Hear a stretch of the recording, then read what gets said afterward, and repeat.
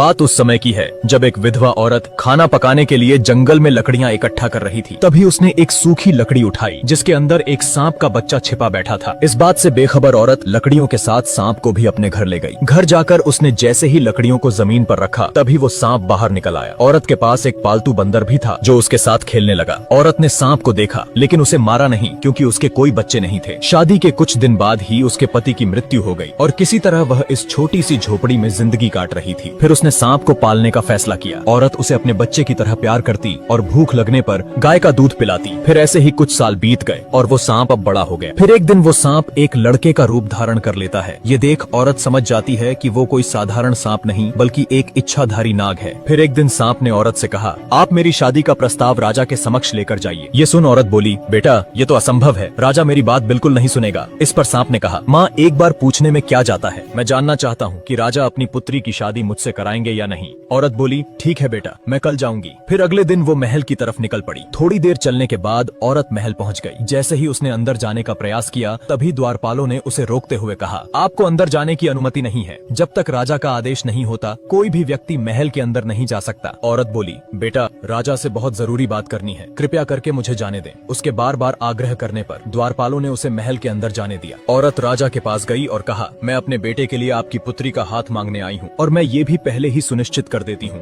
कि मेरा बेटा एक सांप है महाराज। ये सुनते ही राजा क्रोधित हो उठा। फिर सैनिकों ने औरत को घसीटते हुए ले जाकर महल से बाहर फेंक दिया। फिर वह दर्द के मारे कराहने लगी क्योंकि उसका एक हाथ टूट गया था। अब वो खुद को संभालते हुए किसी तरह घर लौटी और सांप बेटे को महल में हुई घटना के बारे में बताया। फिर उसने कहा, माँ तुम अपने हाथ की चिंता मत करो। तभी उसने मणि प्रकट की और बोला, मेरी माँ का हाथ अभी ठीक हो जाए। इतना कहते ही औरत का टूटा हुआ हाथ बिल्कुल पहले जैसा ठीक हो गया। सांप ने अगले दिन भी औरत को महल भेजा। इस बार भी राजा के सिपाही उसे महल से बाहर फेंक देते हैं। वो फिर एक बार जलील होकर और शरीर पर चोट लिए वापस घर लौट जाती है। इस बार भी सांप बेटे ने उसे ठीक कर दिया और एक बार फिर से औरत को महल जाकर राजा से शादी की बात करने के लिए कहा। वो घबरा गई और बोली, बेटे मैं बार बार जलील होने नहीं जा सकती और साथ ही मार पड़ती है सो अलग। माँ बस ये आखिरी बार आप चले जाइए, इसके बाद मैं दोबारा नहीं बोलूंगा जाने को। औरत फिर से एक बार राजा से कहती है, महाराज यहाँ आना मेरी मजबूरी है, बस आखिरी बार मैं आपसे पूछ रही हूँ, क्या राजकुमारी की शादी मेरे सांप बेटे से कराएंगे? फिर राजा ने कुछ देर विचार किया और मुस्कुराते हुए बोला, अगर राजकुमारी को ले जाना है तो अपने बेटे से कह देना, आज से ठीक 2 दिन बाद तुम्हारी झोपड़ी की जगह वहाँ एक विशाल महल होना चाहिए जो हमारे महल से साफ नजर आए और उस महल के सामने 1000 हाथी और 400 घोड़े हमारे स्वागत के लिए खड़े होने चाहिए। राजा की बात सुन वो हैरान रह गई। इस बार सैनिकों ने उसे इज्जत से जाने दिया। इस बात की खुशी औरत के चेहरे पर साफ दिख रही थी। घर जाकर उसने बेटे से कहा, महल और हाथी घोड़े की बात कर रहा था राजा। माँ बस इतनी सी इच्छा है राजा की, ये तो बहुत आसान है, तुम चिंता मत करो, कल सुबह ही इंतजाम हो जाएगा। फिर आधी रात को सांप घर से बाहर निकला और मणि हाथ में लेकर बोला, मेरी ये छोटी सी झोपड़ी एक विशाल महल में बदल जाए और महल के सामने 1000 हाथी सहित 400 घोड़े मेरी सेवा में उपस्थित हो जाएं। इतना बोलते ही जगमगाता हुआ स्वर्ण से बना महल झोपड़ी की जगह खड़ा हो गया और 1000 हाथी सहित 400 घोड़े भी स्वागत के लिए तैयार थे। फिर अगली सुबह राजा को उसकी पत्नी जगाते हुए बोली, उठिए चलकर देखिए बाहर क्या हो रहा है। उसने बाहर जाकर देखा तो स्वर्ग जैसा महल उसके ठीक सामने नजर आ रहा था, जिसे देख राजा की आंखें फटी की फटी रह गईं और उसने अपनी पत्नी से कहा, असंभव, अविश्वसनीय, ये कैसे हो सकता है, रातों रात कोई महल कैसे बनकर तैयार हो गया, क्या ये मेरी आंखों का धोखा तो नहीं? पत्नी बोली, राजन ये कोई आंखों का धोखा नहीं, अपितु एक असली महल हमारे सामने नजर आ रहा है। फिर राजा जोर जोर से रोने लगा और अपनी पत्नी को उस घटना के बारे में बताया। यह सुन पत्नी भी रोने लगी क्योंकि वचन के मुताबिक अब उनकी इकलौती पुत्री को सांप से शादी करनी होगी। दूसरी तरफ सांप तैयार होकर राजकुमारी से शादी करने के लिए घर से निकल पड़ा और साथ ही हाथी घोड़े की बारात भी पीछे पीछे चल रही थी। राजकुमारी ने भी बिना चेहरा देखे उससे शादी कर ली। फिर राजा ने भारी मन से अपनी बेटी को विदा किया। फिर जैसे ही वो अपनी पत्नी को देखने के लिए कमरे में दाखिल होता है कि तभी उसका आधा शरीर सांप जैसा देख राजकुमारी घबरा गई और चिल्लाते हुए बाहर की तरफ भागी। फिर चारों तरफ एक दिव्य रोशनी का प्रकाश फैल गया और सांप रूप बदलकर अपने वास्तविक शरीर को धारण कर लेता है, जो कि एक बेहद ही सुंदर युवक लग रहा था। इस रूप में राजकुमारी सांप को देखकर हैरान रह गई। फिर उसने राजकुमारी से कहा,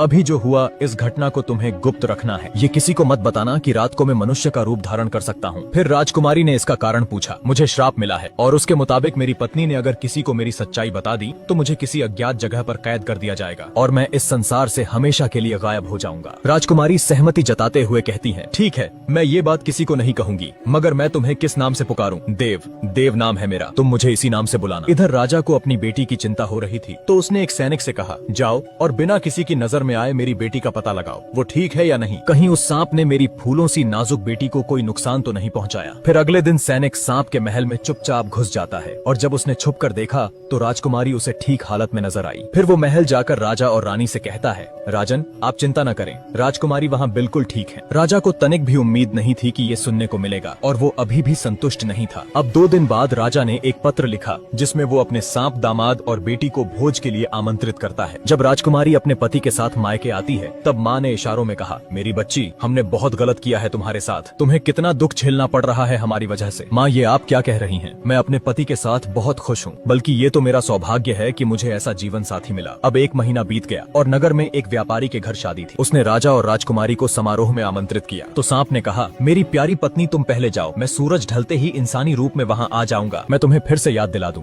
ये बात किसी से कहना नहीं कि मैं दिन में सांप और रात में एक मनुष्य का रूप ले सकता हूँ, इस बात का ध्यान रहे, नहीं तो तुम्हें पता है कि इसका अंजाम क्या होगा मेरे साथ। पति के कहे अनुसार राजकुमारी उस भव्य समारोह में अकेले ही चली जाती है। अब सूरज ढलते ही सांप ने अपना रूप बदला और वह भी निकल पड़ा। फिर जैसे ही वो समारोह में पहुंचता है उसके चेहरे का तेज देखकर लोगों की आंखें खुली की खुली रह गईं। सबके मन में बस एक ही विचार चल रहा था कि इतना सुंदर युवक आखिर कौन है। इधर राजकुमारी बैठी अपने पति को देख रही थी कि तभी उसकी माँ वहाँ आकर बोली, बेटी तुमने देखा ना कितना सुंदर युवक है। सबकी निगाहें बस उसी पर टिकी हैं। काश दामाद जी सांप ना होकर ऐसा ही कोई सुंदर युवक होते। माँ की बात उसे कांटे की तरह चुभी और क्रोधित होकर राजकुमारी बोली, माँ आप मेरे पति को ताना मारना बंद कीजिए और जिस सुंदर युवक को आप देख रही हैं वह कोई और नहीं बल्कि मेरे पति है और उनका नाम देव है। उसके इतना बोलते ही देव वहाँ से अदृश्य हो गया जैसे वह कभी था ही नहीं। ये देख राजकुमारी घबराकर अपने सांप पति को तलाशने लगती है मगर उसे वो कहीं नजर नहीं आता। पति के ना मिलने पर अब वो जोर जोर से रोने लगी। ये देख माँ ने कहा,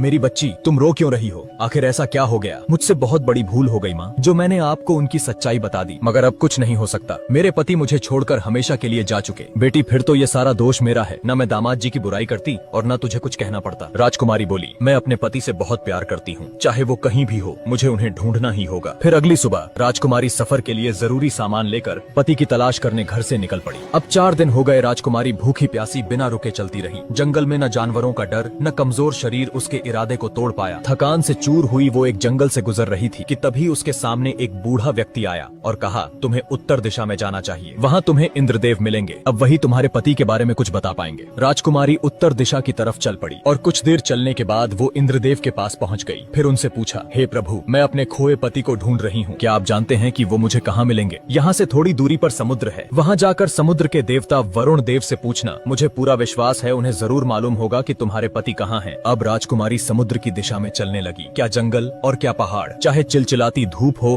या मूसलाधार बारिश, ये सब सहते हुए 3 दिन के बाद वो आखिरकार समुद्र किनारे पहुंच गई। फिर हाथ जोड़ उसने समुद्र देव को पुकारा। उनके आते ही राजकुमारी ने रो रो कर अपने पति के बारे में बताया, कैसे वह एक पल में ही कहीं गायब हो गए। प्रभु अब तो कई दिन बीत गए उन्हें गायब हुए, मैं आपसे विनती करती हूँ कि कृपया कर मुझे एक बार उनका पता बता दें, नहीं तो मैं उनकी तलाश करते हुए अपने प्राण त्याग दूंगी। ये सुन वरुण देव बोले, तुम्हें प्राण त्यागने की कोई आवश्यकता नहीं है, तुम्हारे पति सही सलामत हैं, लेकिन वे समुद्र के उस पार दूसरे छोर पर जंगलों के बीच एक खूंखार चुड़ैल के कब्जे में हैं, जो आत्माओं से सौदा कर उन्हें छलपूर्वक अपना गुलाम बना लेती है। इस पर राजकुमारी कहती हैं, चाहे वो कितनी ही ताकतवर चुड़ैल क्यों न हो, मैं वहाँ जाऊंगी और उसके चंगुल से अपने पति को छुड़ाकर वापस लेकर आऊंगी। बस आपसे इतनी ही गुजारिश है, मुझे समुद्र पार उस जगह तक पहुँचा दें। तुम्हारी यही इच्छा है तो ठीक है, मैं तुम्हें वहाँ ले जाऊंगा। फिर उन्होंने एक मछली का रूप धारण किया और राजकुमारी उनके पीठ पर बैठ गई। अब वे तूफान की रफ्तार से तैरते हुए बस कुछ ही क्षणों में समुद्र पार कर दूसरे छोर पे राजकुमारी को पहुंचा दिया। अब जैसे ही वो एक पेड़ के नीचे आराम करने बैठी कि तभी एक भयानक हंसी उस जगह गूंजने लगी। फिर पल भर में ही चुड़ैल राजकुमारी के सामने प्रकट हुई। वो भागती उससे पहले ही चुड़ैल ने उसे पकड़ लिया और उठाकर अपने साथ ले गई। जब वो राजकुमारी को अपने घर लेकर आई, वहीं पिंजरे में कैद देव ने अपनी पत्नी को तुरंत पहचान लिया। राजकुमारी ने भी उसे देख लिया था, मगर वे दोनों ही खामोश रहे। अब चुड़ैल कहती है, तुम यहीं रहना, मैं शिकार करने जा रही हूँ, अगर कहीं भागने की कोशिश की तो मैं तुम्हें कच्चा खा जाऊंगी। इतना बोलकर वह चली गई। उसके जाते ही राजकुमारी ने अपने पति को कैद से बाहर निकाला और एक दूसरे के गले लग गए, मगर चुड़ैल गई नहीं थी। उसने छुपकर सब कुछ देख लिया। फिर वह मन ही मन सोचने लगी, मुझे पहले ही संदेह था कि ये दोनों पति पत्नी हैं। जब वह शिकार करके वापस लौटी तो उसने दोनों को पेट भर के हिरण का मांस खिलाया ताकि वह बाद में उन्हें स्वाद लेकर खा सकें। अगले दिन चुड़ैल ने राजकुमारी से कहा, मैं बाहर जा रही हूँ, जब मैं वापस लौटूं तो मुझे इंसानी मांस पका हुआ चाहिए। ध्यान रहे अगर तुमने बात नहीं मानी तो मैं तुम दोनों में से किसी एक को खा जाऊंगी। ये सुन बेचारी घबरा गई। अब वो सोच में में पड़ गई कि इंसानी मांस कहाँ से लाया जाए। पत्नी को चिंता में देख देव ने पूछा, तुम इतनी परेशान क्यों हो? चुड़ैल ने मुझे इंसानी मांस पकाने का आदेश दिया है, अगर ऐसा नहीं किया तो वह हम दोनों में से किसी एक को खा जाएगी। देव ने कहा, तुम चिंता मत करो, मैं गोश्त का इंतजाम करता हूँ। अब वो जंगल गया और एक बारहसिंगे का शिकार कर उसे घर ले आया और उसे कई टुकड़ों में काटकर देव ने मांस में अपनी खून की कुछ बूंदें मिलाकर उसे अच्छे से पका दिया। शाम को चुड़ैल जब घर आई तो उसने कहा, क्या तुमने मेरे खाने का बंदोबस्त किया? राजकुमारी बोली, हाँ, जैसा तुमने कहा था मैंने अपना काम पूरा किया। जब उसने मांस चखा तो सोचने लगी, ये कमजोर सी दिखने वाली लड़की आखिर इंसानी मांस कहाँ से लेकर आई? मुझे लगता है इसके पति ने ही कुछ किया होगा। अगले दिन चुड़ैल ने फिर से कहा, मैं जा रही हूँ और जब मैं वापस लौटूं तो एक बर्तन इंसानी खून से भरा हुआ चाहिए। अब उसने अपनी एक उंगली काटी, ये सोचकर कि वो अपने खून से बर्तन को भर देगी। जब उसका पति वहाँ आया तो पत्नी का हाथ खून में सना हुआ देख वो बोला, तुम्हारे हाथ में चोट कैसे लगी? देखो कितना खून बह रहा है। तब राजकुमारी ने रोते हुए कहा, चुड़ैल ने खून से भरा एक बर्तन मांगा है और चेतावनी दी है कि अगर मैंने ऐसा नहीं किया तो अंजाम अच्छा नहीं होगा। तुम कितनी नादान हो जो अपने खून से बर्तन भरने चली। अगर तुमने अपने शरीर का एक एक बूंद खून भी निकाल लिया तब भी ये बर्तन नहीं भरेगा। तुम जाओ अपने हाथ का खून रोको और ये काम मुझ पर छोड़ दो। फिर वो जंगल गया और एक जंगली सुअर का शिकार कर उसे घर ले आया और सुअर के टुकड़े कर उसके खून से बर्तन को पूरा भर दिया। चुड़ैल जब वापस घर लौटी तो उसने कहा, क्या तुमने वो काम किया जो मैंने कहा था? राजकुमारी बोली, हाँ, बर्तन भरा हुआ रखा है। जब चुड़ैल ने खून चखा तो उसे बिल्कुल भी शक नहीं हुआ कि वो किसी जानवर का खून है। उसने सोचा, लड़की इतना खून कहाँ से ले आई? जरूर ये काम भी उसके पति का ही होगा। मैं उसे अब छोड़ूंगी नहीं। अब चुड़ैल को एक बहाना चाहिए था वीर को खाने का। फिर वह राजकुमारी से बोली, मैं बाहर जा रही हूँ, जो आदमी वहाँ कैद है मेरे वापस लौटने से पहले तुम उसे मार देना। अब ये बात उसने अपने पति वीर को बताई। वीर ने कहा, तुम घबराओ मत, आज इस चुड़ैल को मैं खत्म कर दूंगा। अब वो अपना रूप बदलकर एक बूढ़ा इंसान बन गया और एक कुल्हाड़ी लेकर जंगल में लकड़ी काटने निकल पड़ा। इधर चुड़ैल जंगल में शिकार तलाश रही थी। तभी उसने महसूस किया